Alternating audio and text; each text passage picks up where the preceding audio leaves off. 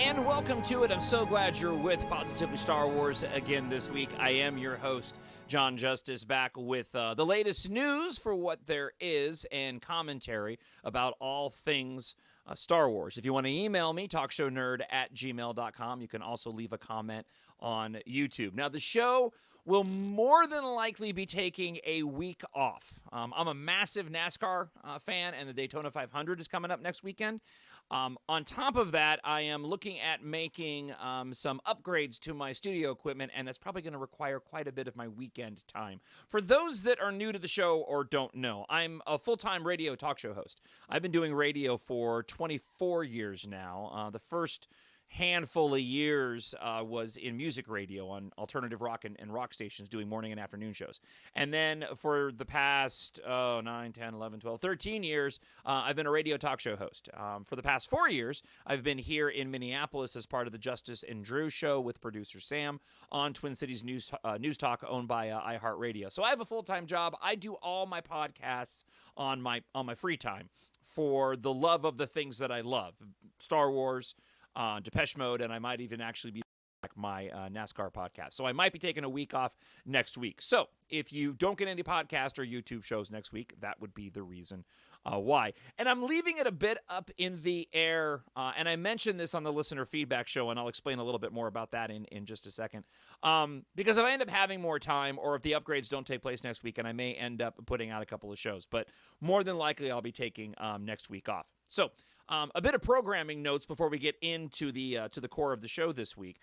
For those that don't know, I have divided up Positively Star Wars into two different shows. So we have the main show that you're listening to or watching on YouTube. That's available as a YouTube version with videos and photos and a podcast. And then there is the listener feedback show, which comes out before this main Positively Star Wars show. That came out on Friday.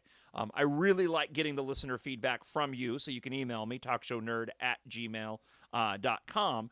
But the shows were getting so long that I wanted to make sure I devoted a separate podcast to just answering your questions. I hope one day in the future, when my nerd world grows, that I will be able to bring on more guests, expand the studio a bit, and expand the show even beyond where it is now. If you want to support the show, the way to do that, as I mentioned, is go and pick up a copy of my science fiction space opera novels, EMBARK. Book 1 and Book 2, EMBARK Book 1 and EMBARK Treasure in Darkness, are both available at Amazon.com in ebook, paperback, and audiobook. Book 3 and the wrap-up of the trilogy, and I have other stories planned. Really excited about the 4, 5, and 6 moving on. But the opening trilogy of the EMBARK saga, Book 3, The Vanishing War, will be available in the next couple of months, probably sometime mid to late April. So this is a great opportunity for you to get caught up with the series if you haven't already. And for this weekend, I got a special discount running. EMBARK Book 1 is available in ebook for just 99 cents. So it's the perfect opportunity for you to pick up a copy for yourself or gift to a science fiction friend who's also a reader, and you can go and support the show. Plus, if you purchase the ebook, you get a massive discount on the audiobook. So if you want to support the show, that's the way to do it. If you've purchased the books, thank you. If you enjoyed them, I'm glad. Please go and leave a positive review up at Amazon.com. All right, let's get into the news this week. So Bob Iger held his shareholders meeting this week, and oftentimes Bob Iger has gone and released Star Wars news and information on these shareholders' calls. There wasn't anything new revealed. We were under the impression as fans that we would get the era and the director of whatever the 2022 movie is supposed to be in January. Empire Magazine reported that in their run-up to The Rise of Skywalker. That didn't happen. We still don't know what that movie is going to be or who's directing it. I imagine that if we do not get that news sometime soon, that'll be something that'll be announced with probably a lot of fanfare at Star Wars Celebration in Anaheim, California, come August, which I will be there, and I am planning, provided I get a spot, to do the show live at Star Wars Celebration later on this year, but there'll be plenty of time and talk about that. What Bob Iger did say, though, is he said that the Star Wars was going to be focused for the time being on the small screen with live-action TV shows and cartoons. and that the Star Wars film will be taking a hiatus. And so our expectation is still that we should be getting a new Star Wars movie sometime in 2022. So let's talk a little bit about that. We know this year we're going to get Clone Wars Season 7 starting here in just the next 2 weeks. Next on the 21st, and we'll get a new episode every week. I'm really excited about that. We know that The Mandalorian returns, and I'll talk a little bit more about The Mandalorian here in just a few minutes. The Mandalorian returns in October. Looking forward to that. And then there's speculation going around that Rebels is coming back, and that'll be the story of Ahsoka and Sabine going to find Ezra. Spoiler alert. So we're getting a lot of Star Wars content this year. There's been the controversy and the commentary around the Obi-Wan Kenobi live-action show. That's not filming until the beginning of next year, 2021. So I'm not sure when to expect that to be released, nor do we know when Cassian Andor is supposed to come out. Bob Iger did reiterate that the films were going on hiatus, and he did say that there was potential for further spin-off live-action movies on the Disney Plus streaming service. So is this a good idea? Well, first off, yeah, because I want more Star Wars. Secondly, though, that's really hard to say because you never know what a product's going to be like until it's released, right? I'm with a lot of people where I'm not thrilled about the idea of a Cassian Andor series, okay?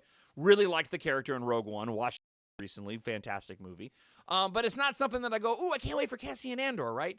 And that's more just the things that I gravitate towards in Star Wars. I like the mythology and the aspect of the Force and the Jedi and the dark side. And so when it comes to maybe Obi-Wan Kenobi, we'll get some of that, but we're not really getting a lot of that apart from the child in The Mandalorian. And I don't know how much we'll get of that in Cassian Andor. That's supposed to be more of like a spy series, right? And I think it has potential to be great. So if they're planning on more live-action shows, it really depends on what they're planning on. And I'm still very much of the opinion that while The Mandalorian has been wildly successful, and we'll shift gears over to The Mandalorian, talk a little bit about The Mandalorian.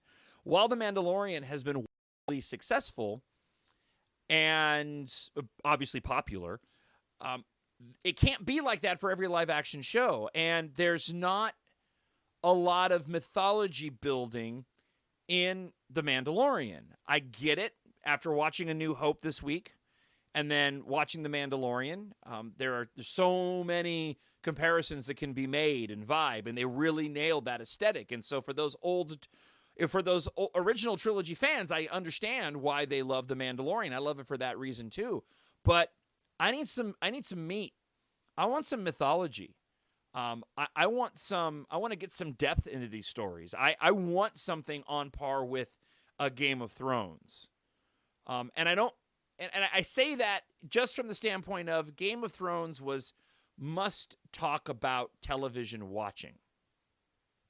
And people got together and there were parties surrounding the Game of Thrones episodes because the stories were so rich with detail and with backstory and mythology. Star Wars excels at that. I don't remember anybody having watch parties for The Mandalorian. I mean, me personally, I get up at 2:30 in the morning, so every Friday I was getting up earlier so that I could get my work done before I had to go do my regular show on Friday, and I was going upstairs and watching The Mandalorian on my TV at 3 o'clock in the morning. And while it was wildly popular, and the child is amazing, I actually have a child calendar right here. I'm looking at him right now. He's so cute. If Disney can put together something that's got that type of depth, mythology to it, where, for example, as a podcaster, we can get in and chew on it and talk about it, then yeah, I think TV can be a fantastic venue for that. But so far, they haven't announced anything like that. And again, this is not a Disney needs to do this and this I demand. No, this is not that at all. This is just my opinion of what I think could work incredibly well and what suits Star Wars so well. Okay? The original movie, A New Hope, got everybody to the party. Created the blockbuster to a certain extent. Kicked open the door for these other movies and a franchise that we fell in love with. And we sort of just kind of grew into this mythology, right? And it was kind of exposed to us slowly over time. And then Lucas made these prequels, which I think are great. They're amazing, even with their flaws. But Lucas made these prequels, which kind of expanded it even more in the idea of the Force. And then what I think the sequel trilogy did really well is it got us all talking. We're so into Star Wars now that we analyze every little aspect of it from the trailer, and we still talk about the mythology of it, and people are still sort of dissecting it based off of a lot of individuals' frustration with what happened with Ben Solo, but a lot of talk of the world between worlds, and maybe Ben is still out there, and maybe he can come back. I mean, we're still doing that. Disney, in my opinion, I would hope they would be crafting stories that'll do that same thing on the TV screen. Maybe Obi-Wan Kenobi can do that. I'm a little trepidatious because I think that's going to be a singular story. Cassian Andor seems more of a spy thriller type of a situation, not about the Force, because Rogue One really wasn't about that, although the aspects of that I love. One of my favorite moments in Rogue One is when Director Krennic ends up going to Vader's castle. I think that's fantastic. But the amount of money that they're spending, I mean, they're spending Game of Thrones dollars on The Mandalorian. So if they're spending that money on The Mandalorian, then pick an era, maybe with Rian Johnson. Man, let's have Rian Johnson be the showrunner for a different era Star Wars that gives us that depth. Introduce us to some new planets and maybe some new factions that have to square off, and then we've got this group of characters that we can get into. That's what I'm really praying that Disney and Lucasfilm does on the TV screen. Now, they may not, okay? Because I could see an argument to be made of, well, we're going to do these shows that are going to be great, like The Mandalorian, but we're going to reserve the real heavy, deep stuff that gets the fans talking. We're going to reserve that for the motion pictures and the next saga. Now, I would absolutely be okay with that. And maybe that's what they're doing, and that would make some sense to me. We're going to have to wait, but maybe Disney and Lucasfilm are thinking, well, let's not bring that to TV because let's save that for the next set of saga movies.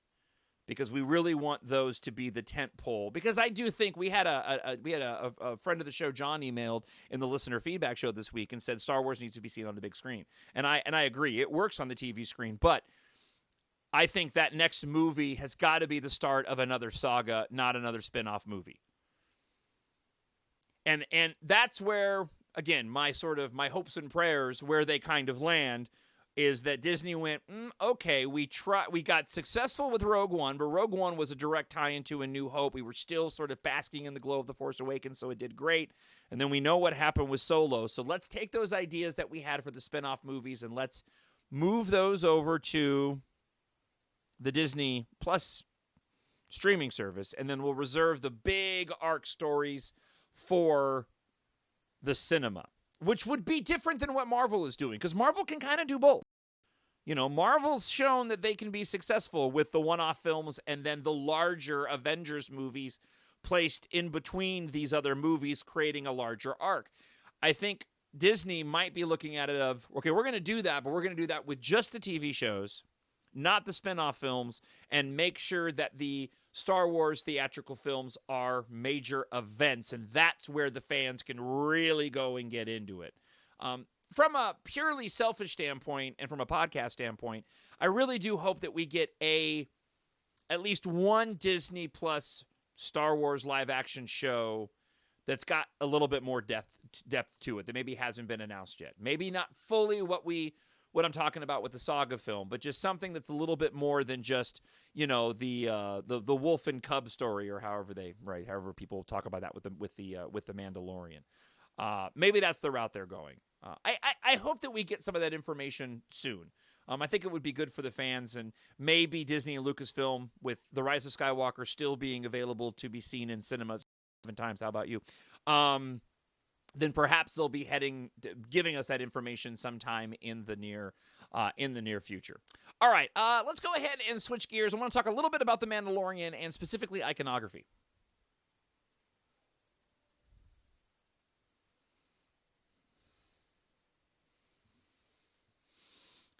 I really do like The Mandalorian. It is great Star Wars. It's different Star Wars. Watching A New Hope again, I definitely was it was very apparent how well The Mandalorian took what Star Wars did and then tweaked it just enough to make it new and fresh, but still gave us that nostalgic tinge to it. It's interesting to me that people don't complain about fan service in The Mandalorian because there's a lot of, it doesn't bother me, but there's a lot of fan service in The Mandalorian, if we're being honest about that and talking about fan service. But nobody seems to complain about it. There's just a lot of like real direct correlations of just off side comments that people make about carbon scoring and things like that, and comments about going, to a particular location on Tatooine that was only referenced in A New Hope and stuff like that. But nobody ever complains about that. And again, I'm cool with that. It just makes me laugh that The Rise of Skywalker just gets ripped apart for all kinds of different reasons, yet The Mandalorian gets left alone. And you want to know why? Because the child is so cute. Be that as it may, though, I'm excited to see what the next season can bring. I like the way they're building it and some of the mystery. It's not too deep in mythology, but you genuinely care about these characters. The one thing I wanted to talk about, though, because it just keeps sticking in my head, and that is that first episode of The Mandalorian really was effective. That opening shot of The Mandalorian with him holding the key fob and it beeping, and then it sort of pulling back and we see this sparse alien landscape with the city off in the distance and the Mandalorian walking towards it. That, I don't know how intentional that particular shot was, but man, did they just nail an iconic shot in my mind. And when I think of Mandalorian, that's the first thing that I think of. And for a show on the television screen to do that is pretty impressive. It's one of those Star Wars moments that I won't ever forget. That first time I sat down in my home in the dark at 3 o'clock in the morning and watched the very first episode of The Mandalorian, and how great all of that opening of that first episode was. And I know it's not everybody's favorite. My personal favorite episode of The Mandalorian is the Taika Waititi one, the last episode of season 1. I think that top to bottom is the best Mandalorian episode. And I've mentioned it on previous shows. I won't go down that road again. But one of the things that The Mandalorian does really well is that the pacing's a little bit slower, at least in my opinion, certainly compared to like a movie like The Rise of Skywalker. But the visual aesthetic and the way that they spend time with these characters because of the way the show is built is really, really spot on. If I have any sort of hopes for the next season, I hope that we get a little bit more. I hope we get more characters. I hope we get a little bit more connectivity between the episodes. And I'm really excited to see where the Moff Gideon angle plays into The Mandalorian. But again, I love the show, but it does, in my opinion, lack that special thing that the movies have of that deeper mythology that gets the fans talking from week to week to week. Because listening to the Star Wars podcast that I listen to, nobody's talking about The Mandalorian anymore. And I'm not saying that's a bad thing. I think it might be by design. But Star Wars does its best when the fans are talking about it, even if it happens to be controversial. And I think that the controversy surrounding these films is somewhat necessary from a standpoint of we as fans are going to have to learn to navigate this social networking world. And it's been trial by fire with the sequel trilogy. And maybe this distance of this next Star Wars movie is going to be exactly what we as fans need to sort of break this cycle that we're in of the movie being released and then all these articles popping up and the controversies and all that. And I say that, and I'm probably being way, way, way too overly optimistic. So maybe I should just go and move on to something else.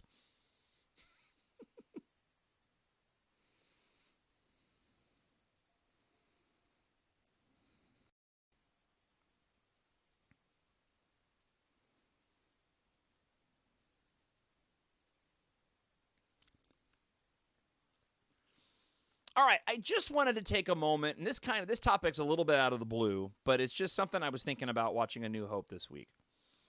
I really appreciate how different all the Star Wars movies are, except when they're not, and I'll get into that. But George Lucas and all the content creators of Star Wars and the theatrical films in particular in my opinion, did a really, really good job of making every film different and unique. George Lucas certainly did. There is something really magical about the prequel trilogy in how all three of those films are very connected, very much have the same aesthetic. They're very much products of the early 2000s, and yet they're all very different, and they're not redundant in what they do in their storytelling or their action sequences. You have nods to action sequences from film to film. In The Rise of Skywalker, certainly the skiff chase on Pisana with the speeder bikes has both qualities of the speeder bike chase, or the tread speeders. They have qualities of the speeder bike chase from Return of the Jedi, but also the pod race from The Phantom Menace. One of the things I really like about The Rise of Skywalker is that it's a very different, in my opinion, Star Wars film. My buddy Zach over at Knights of Vader said that The Rise of Skywalker was pulpier than most other Star Wars movies, and I really dig it for that. It's funny because I mentioned this in the listener feedback show this week, in that the times when Star Wars isn't very different, in one instance, it's noticeable and talked about a lot, and the other, it's not. So a lot of people talk about how The Force Awakens is very derivative of the original trilogy. And there's been some fantastic YouTube videos where some fans have broken down how it's not just a rehash in a lot of ways to A New Hope, but it's actually a combination of all three original trilogy films in one movie. And I think that was J.J. Abrams' intention. I love The Force Awakens, but I can admit that that's the case, right? But a lot of people harped on The Force Awakens for doing that. Here's what's funny, though. Return of the Jedi is incredibly derivative of A New Hope. The opening shot in Return of the Jedi is almost the same, with its prayer coming over top. There's a Death Star at the end. And it's interesting. We start off on Tatooine. None of that stuff bothers me, right? Again, Return of the Jedi is one of my least favorite Star Wars films, even though I love it. But it's not lower on my list because it's like A New Hope. It's more of the locations and some of the set pieces just don't appeal to me nearly as much. The Ewoks never really did anything for me. They're fine, but that whole sequence of them versus the Stormtroopers, I was kind of like a take it or leave it. I love the space battle, though, and I love all the stuff on the Death Star with the Emperor, Vader, and Luke. But nobody ever goes and retroactively, tears apart Return of the Jedi for being derivative of A New Hope.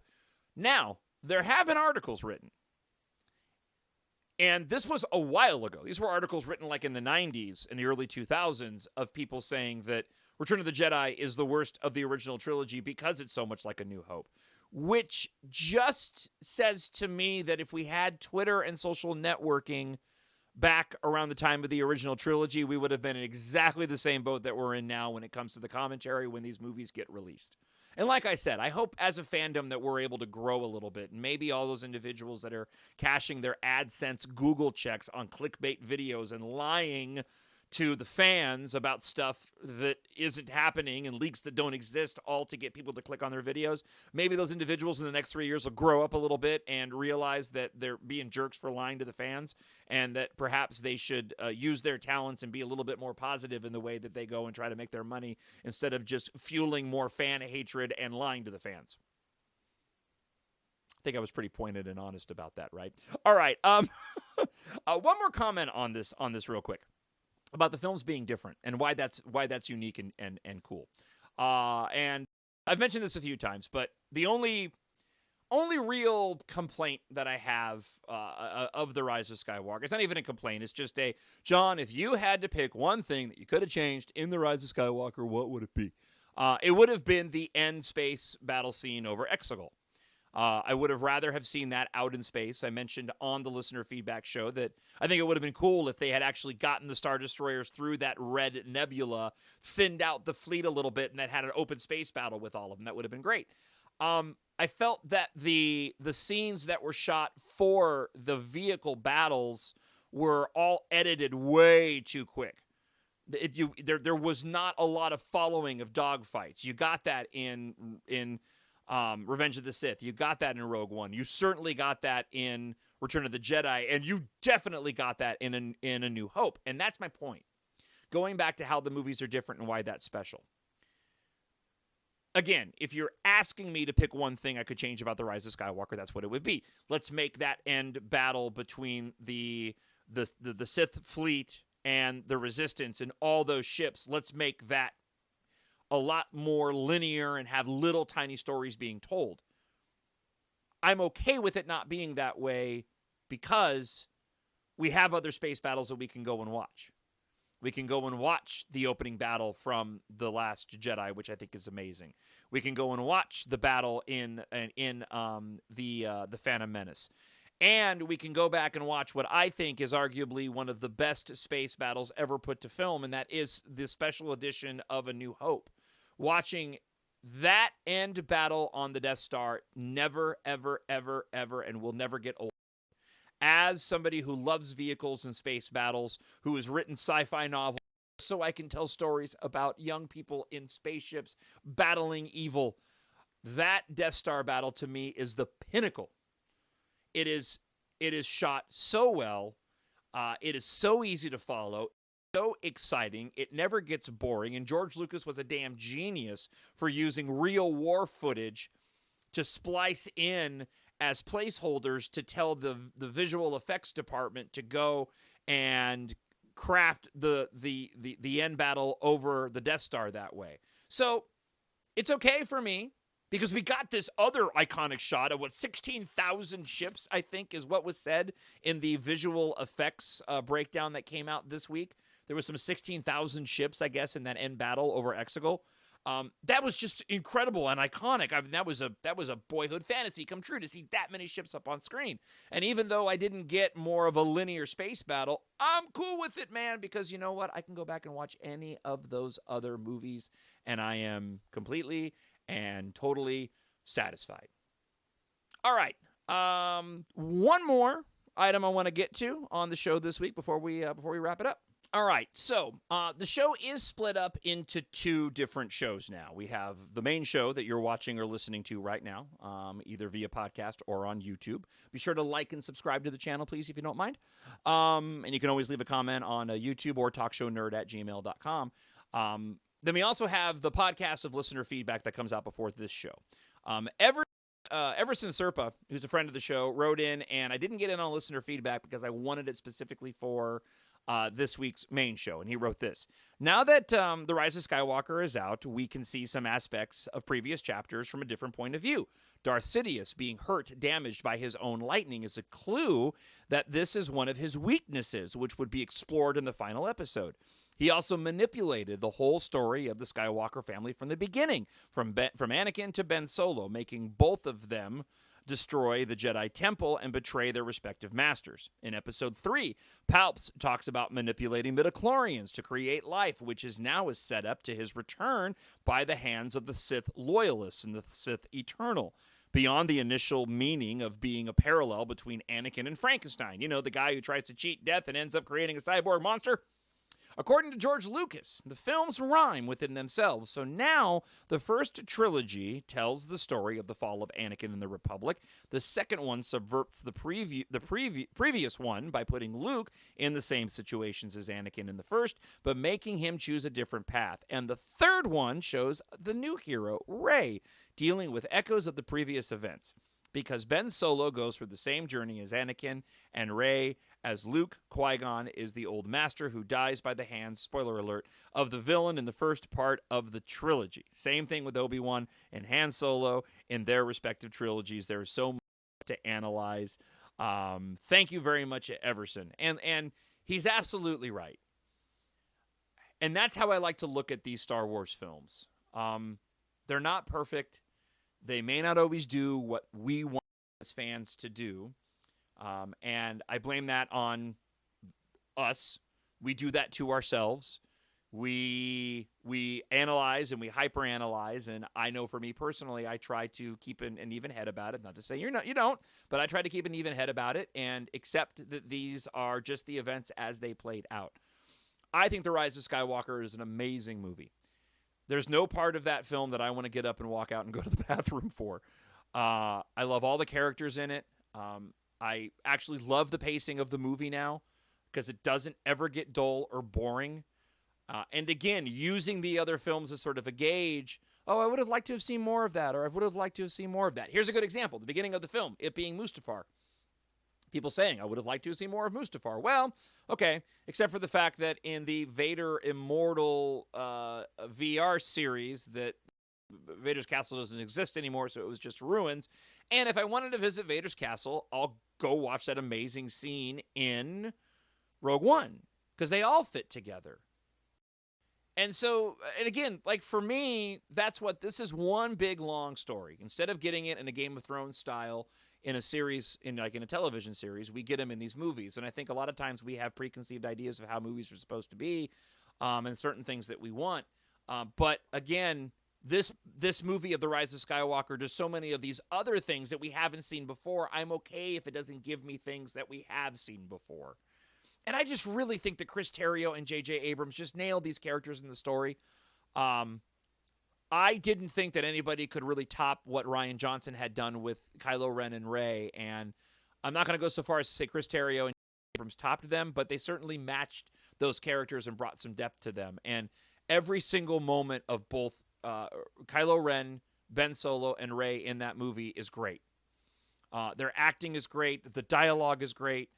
And I'm compelled to watch the quiet scenes and enjoy them, and just as much as I am the bigger scenes. And it certainly is a movie that we'll be spending a lot of time discussing, especially when we get the actual digital and physical release, and we can break it down and talk about some of the deleted scenes that we'll get, and that'll be content for episodes in the future. Because I think that The Rise of Skywalker is going to be looked upon, when all is said and done, along with the sequel trilogy, in a lot better light than it is now, just like The Last Jedi.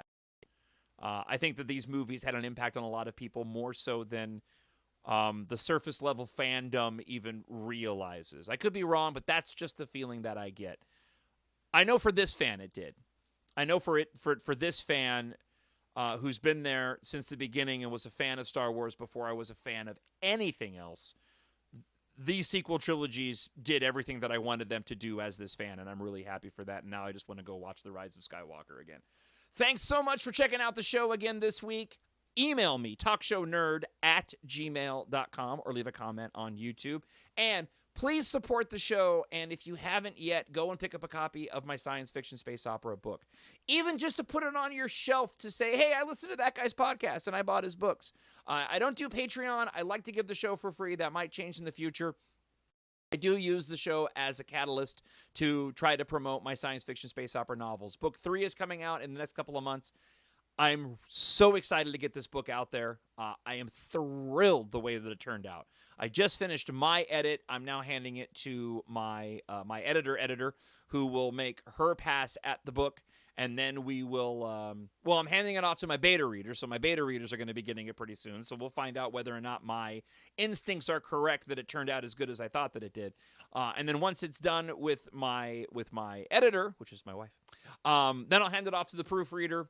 And as that's being done, I'll record the audiobook. So hopefully that'll be sometime in mid to late March. Go to Amazon.com right now and search for EMBARK and Jon Justice and pick up a book 1 for this weekend, just 99 cents for the ebook. And that will get you a massive discount if you just purchase the ebook for less than $1 on the audiobook, which is available too. And thank you who's purchased the audiobook. I just cracked 200. I sold 200 copies of the audiobook, which is no easy feat. I've sold way more of the physical books, but audiobooks, they're gaining in popularity, but they're more expensive. So I was really happy to hit that milestone, and maybe you can make it 300 by going and purchasing the audiobook this weekend.